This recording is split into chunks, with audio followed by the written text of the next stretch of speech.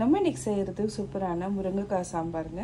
இதுக்கு 100 கிராம் அளவுக்கு துவரம்பருப்பு எடுத்து இதை மலர வேக வச்சு எடுத்து வச்சுக்கலாம். பாருங்கள், இந்த அளவுக்கு நல்லா வெந்துடணும். இதை நல்லா மிக்ஸ் பண்ணிக்கோங்க. இந்த முருங்கைக்காயை நம்ம கட் பண்ணிட்டோம். 10 சின்ன வெங்காயம் பொடியாக நறுக்கியாச்சு. ஒரு தக்காளியை நம்ம நறுக்கி வச்சுட்டோம். இப்போ நம்ம சாம்பார் செய்ய ஆரம்பிக்கலாம். ஒரு மண் பாத்திரம் வச்சுக்கலாம். எண்ணெய் 2 டேபிள் ஸ்பூன் விட்டுக்கலாம். 1/4 டீஸ்பூன் கடுகு. இப்போ நம்ம 1/4 டீஸ்பூன் அளவுக்கு கடலைப்பருப்பு உளுத்தம் பருப்பு போட்டுக்கலாம். 2 வரமிளகாய், கூடவே நம்ம பெருங்காயம் சேர்த்துக்கலாம். செஞ்சு வச்சிருக்கிற சின்ன வெங்காயம் கருவேப்பிலை சேர்த்துக்கலாம். இதை நல்லா வதக்கி விடுங்க. 30 செகண்ட். ஒரு தக்காளி ஆட் பண்ணிக்கலாம். தக்காளியை 30 செகண்ட் நல்லா வதக்கி விட்டுக்கலாம். 1/4 டீஸ்பூன் மல்லித்தூள், 1 டீஸ்பூன் அளவுக்கு நம்ம சாம்பார் தூள் ஆட் பண்ணிக்கலாம். இதனோட லிங்க் நான் டிஸ்கிரிப்ஷன் பாக்ஸில் கொடுத்துருவேன். சாம்பார் தூள் சேர்த்துக்கலாம். பச்சை வாசனை போகிற வரைக்கும் நல்லா வதக்கிக்கலாம். 1/2 டம்ளர் தண்ணி ஆட் பண்ணிக்கலாம்.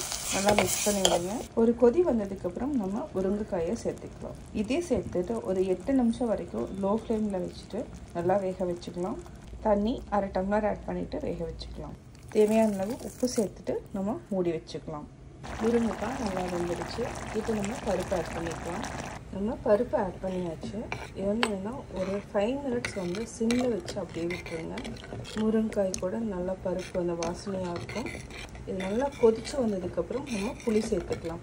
சின்ன நெல்லிக்காய் அளவுக்கு புளி எடுத்து ஊற வச்சு அந்த ஜூஸ் மட்டும் நம்ம ஆட் பண்ணிக்கலாம்.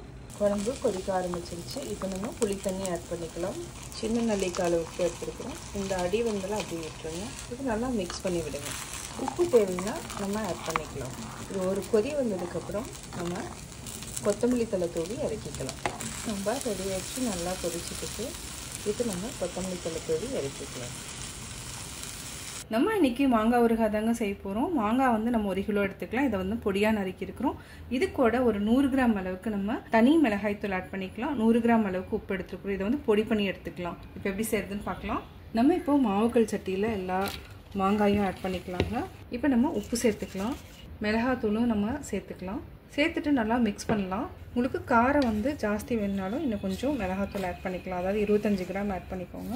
உப்பு சேர்த்ததுனால இதுலேயே தண்ணி விட ஆரம்பிக்கும். இதுக்கு முக்கியமான பொருள் கடுகுங்க. கடுகு 1 டீஸ்பூன், 1 டேபிள் ஸ்பூன் அளவுக்கு நம்ம வெந்தயம் சேர்த்துக்கலாம். இது ரெண்டையுமே வறுத்து பொடி பண்ணிக்கலாம். நல்லா வறுத்துக்கலாம். இதை பொடி பண்ணி எடுத்துக்கலாம். கடுகு, வெந்தய பொடி இது ரெண்டையுமே நம்ம ஆட் பண்ணிக்கலாம். அதாவதுன்னா அளவுன்னு பார்த்தீங்கன்னா 1 கிலோ அளவுக்கு நம்ம எடுத்துக்கிறோம். இதையும் நல்லா மிக்ஸ் பண்ணிக்கோங்க. இது நம்ம 2 டேஸ் அப்படியே விட்டுறணும். நம்ம கடுகெண்ணெயில் தாளிச்சிக்கலாம். இப்போது இதையும் கடுகெண்ணெய் எடுத்துக்கலாம். அதாவது மஸ்டர்ட் ஆயில் எடுத்துக்கலாம்.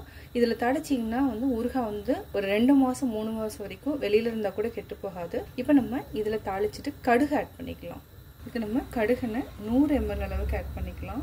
எண்ணெய் காஞ்சிருச்சு. இப்போ நம்ம கடுகு போட்டுக்கலாம். கடுகு நல்லா பொரிய ஆரம்பிச்சிருச்சு. இந்த ஸ்டேஜில் நம்ம ஆல்ரெடி மாங்காயில் உப்பு மிளகாத்தூள்லாம் போட்டு வச்சுருக்கோம். அதில் கொட்டிக்கலாம். இப்போ நம்ம அப்படியே ஆட் பண்ணிக்கலாம். நல்லா மிக்ஸ் பண்ணி விடுங்க. இது அப்படியே 2 டேஸ்க்கு விட்டுருங்க. உங்களுக்கு ஊறுகாய் ரெடி ஆயிரும். அதாவது ஆயில் பார்த்திங்கன்னா நல்லா ரிலீஸ் ஆகி மேலே வரும். இதில் தண்ணி ஒரு சொட்டு கூட படக்கூடாது. பட்டுச்சுன்னா ஊறுகாய் கெட்டுரும். இது 2 டேஸ்க்கு அப்புறம் நம்ம ஓப்பன் பண்ணலாம். அது வரைக்கும் மூடி வச்சுடுங்க. இப்போ ஊறுகாய் எப்படி இருக்குன்னு பார்க்கலாங்க. ஓப்பன் பண்ணியாச்சு. இது என்னென்னா ஒரு 3 டேஸ்க்கு அப்புறம் நம்ம பார்க்குறோம். பாருங்கள் எவ்வளோ சூப்பராக இருக்குன்ட்டு. ஊறுகாய் ரெடி ஆகிடுச்சு. இது என்னென்னா தயிர் சாதத்து கூட வச்சு சாப்பிட்டிங்கன்னா செமையாக இருக்கும். இதே மாதிரி ட்ரை பண்ணி பாருங்கள். பார்த்துட்டு உங்களுடைய கமெண்ட்ஸ் எனக்கு சொல்லுங்கள். லைக் பண்ணுங்கள், ஷேர் பண்ணுங்கள். மறக்காமல் சப்ஸ்கிரைப் பண்ணுங்கள் கோபி சுதா சேனலை. தேங்க்ஸ் ஃபார் வாட்சிங்.